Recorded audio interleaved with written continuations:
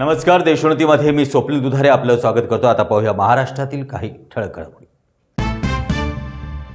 वक्फ कायद्याचा गैरवापर करून अनेक हिंदूंच्या जमिनी, आदिवासींच्या जमिनी, मागासवर्गीयांच्या जमिनी, अनेक मंदिरांच्या जमिनी, अनेक खाजगी जमिनी, अनेक सरकारी जमिनी बेकायदेशीररित्या अतिक्रमण करण्यात आल्या आहेत, अशी माहिती बावनकुळे यांनी दिली आहे।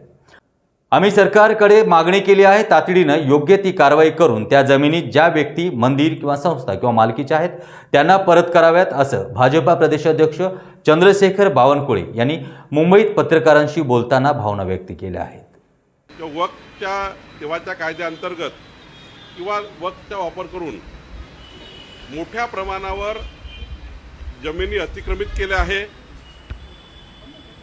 मोठ्या प्रमाणावर हिंदूंच्या, मागासवर्गीयाच्या, आदिवासीच्या जमिनी वक्फ बोर्डामध्ये त्यांच्या नावाने करून घेतल्या आहे।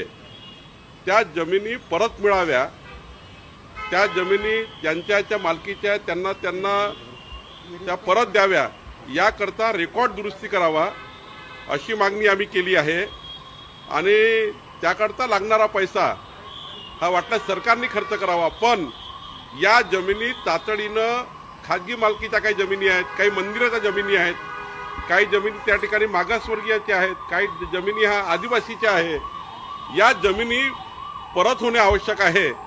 मोठ्या प्रमाणावर परस्पर जमिनी वक्फ बोर्डामध्ये लागलेल्या आहे, त्या जमिनी परत व्हाव्या। मुंबई, पुणे, नागपूर, मराठवाडा असो का विदर्भ, राजकीय, सामाजिक, शैक्षणिक क्षेत्र असो का क्रीडा, सर्वच घडामोडीचे विश्लेषण पाहायला विसरू नका। फक्त देशोन्नती न्यूजवर।